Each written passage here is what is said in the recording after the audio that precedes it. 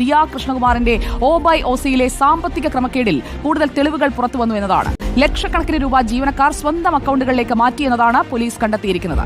Hello guys, എല്ലാവർക്കും നമസ്കാരം. ഞാൻ ഈ വീഡിയോ കണ്ടപ്പോൾ ഞാൻ ചിന്തിച്ചൊരു ഒറ്റ കാര്യമാണ്. കാരണം നമ്മളൊരു 10-25 വർഷത്തിന് മുന്നേ ആയിരുന്നെങ്കിൽ ഈ സംഭവം നടക്കണമെന്ന് വെച്ചു.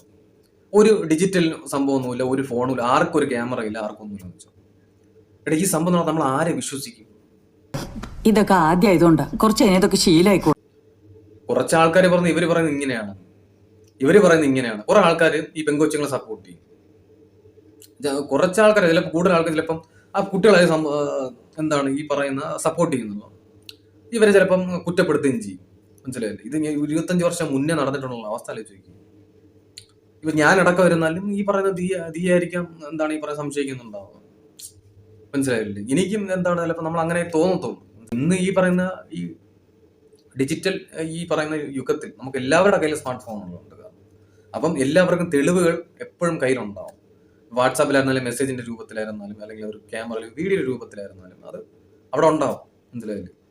അപ്പോൾ ഞാൻ ആലോചിച്ചു പോവാ, ഇതൊന്നും ഇല്ലായിരുന്ന അവസ്ഥ ആലോചിച്ചു. ഇന്ന് ഈ പറയുന്ന പല തരത്തിൽ നമ്മളെല്ലാവരും കുറ്റപ്പെടുന്നില്ല. അപ്പം ഈ പറയുന്ന ദിയ കൃഷ്ണയായിരിക്കും. ഡിയുടെ സാന്നിധ്യത്തിൽ സിന്ധു മഹാനയും ഉൾപ്പെടെയുള്ളവർ ചോദിച്ച ചോദ്യങ്ങൾക്ക് പലതിനും അവർക്ക് ഉത്തരമുണ്ടായിരുന്നില്ല.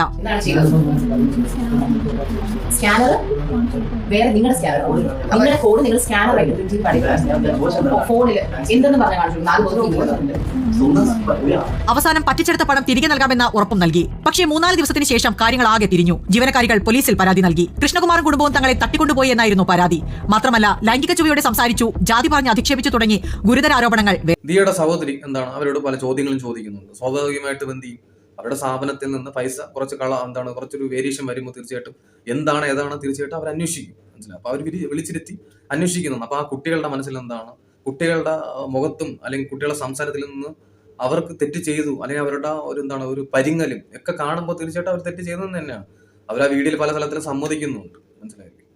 അപ്പൊ അങ്ങനെയൊക്കെ സംഭവിക്കുമ്പോൾ നമ്മൾ ഈ കൊടുത്ത കേസുകളൊക്കെ നമ്മൾ വെറുതെ ആവശ്യം നമ്മൾ തെറ്റ് ചെയ്തിട്ടുണ്ടെങ്കിൽ പിന്നെ എന്തിനാണ് അവർക്കെതിരെ കൗണ്ടർ കേസ് കൊടുക്കാൻ പോയതും മറ്റു പലത്തിലേക്ക് പോയത്? അപ്പൊ അത് അങ്ങനെ വരുമ്പോൾ തീർച്ചയായിട്ടും നിങ്ങളെ തന്നെ അല്ലേ അത് ബാധിക്കത്തുള്ളൂ. നിങ്ങളെ തന്നെ കൂടുതൽ അത് വരിഞ്ഞു മുറുക്കും. നിങ്ങളുടെ അതെന്ത് തെളിവ്? ചിലപ്പം ആ പുള്ളിക്കാരൻ ദിയ കൃഷ്ണന്റെ അച്ഛൻ ചിലപ്പം വിളിച്ച് തെളിയില്ല, എന്തെങ്കിലും ദേഷ്യപ്പെട്ടതായിരിക്കാം. അതൊക്കെ ഒരു ഇതാണോ എന്ന് ചോദിച്ചാൽ എനിക്കറിയത്തില്ല. പക്ഷെ ഇത് ഏറ്റവും കൂടുതൽ ചിലപ്പോൾ നിങ്ങൾക്കായിരിക്കും അത് കൂടുതലും അത് ബുദ്ധിമുട്ടായിട്ട് വരാൻ സാധ്യതയുള്ളൂ. മനസ്സിലായില്ലേ? കാരണം ഈ പണ്ടത്തെ കാലമല്ല, ഇന്ന് ഒരുപാട് തെളിവും സാഹചര്യ തെളിവും അല്ലെങ്കിൽ നമ്മുടെ കേരള പോലീസ് എന്ന് വെച്ചാൽ നമ്മുടെ രാജ്യത്തെ തന്നെ ഒരു മികച്ച പോലീസ് ടീം തന്നെയാണ്. മനസ്സിലായില്ലേ? നമ്മുടെ കേരളത്തിലുള്ള എന്ന് പറയുന്നത്. അപ്പൊ അതുകൊണ്ട് ഇതൊക്കെ പുഷ്പം പോലെ തെളിയും. മനസ്സിലായില്ലേ? ഇവർ തെറ്റിൽ നിന്ന് ഒരുപാട് തെറ്റിലേക്ക് പോയി. മനസ്സിലായില്ലേ? തെറ്റിൽ നിന്ന് ഒരുപാട് തെറ്റിലേക്ക് ഒരു തെറ്റ് മറയ്ക്കാൻ വേണ്ടി മറ്റൊരു തെറ്റ് മറയ്ക്കാൻ വേണ്ടി അടുത്തൊരു തെറ്റ് മറയ്ക്കാൻ വേണ്ടി അടുത്തൊരു തെറ്റ്, ഇങ്ങനെ തെറ്റിൽ നിന്ന് തെറ്റിലേക്ക് പോയി. അവസാനം ഇത് ചീട്ട് കൊട്ടാരം പോലെ അവസാനം ഇതങ്ങ് പൊളിഞ്ഞങ്ങ് വീഴും. മനസ്സിലായില്ലേ? അപ്പൊ വീഴുമ്പോ ഈ പറയുന്ന നിങ്ങളുടെ കൂടെ നിന്ന് ആര് ചിലപ്പോൾ കാണണമെന്നില്ല. മനസ്സിലായില്ലേ? അപ്പൊ അതുകൊണ്ടാണ് ഞാൻ പറയുന്നത്, എപ്പോഴും പറയുന്നുണ്ട്, ആ പ്രശ്നത്തിനെ എങ്ങനെ രമ്യതയിൽ നിന്ന് പരിഹരിച്ച് എങ്ങനെ പ്രശ്നത്തിൽ നിന്ന് ഒഴിവാൻ ശ്രമിക്കുക. മനസ്സിലായി? നിങ്ങൾക്ക് ഫ്യൂച്ചേഴ്സ് ഉള്ളതാണ്. നിങ്ങളുടെ മക്കൾക്കായിരുന്നാലും നിങ്ങളുടെ കുട്ടികൾക്കായിരുന്നാലും ഫ്യൂച്ചേഴ്സ് ഉള്ളതാണ്. അപ്പൊ അതുകൊണ്ട് ഈ പ്രശ്നത്തിൽ നിന്ന് എങ്ങനെയെങ്കിലും പെട്ടെന്ന് തന്നെ ഒരു പരിഹാരം കണ്ടെത്തി മാക്സിമം നിങ്ങളുടെ ലൈഫിലേക്ക് പോകാൻ നോക്കുക.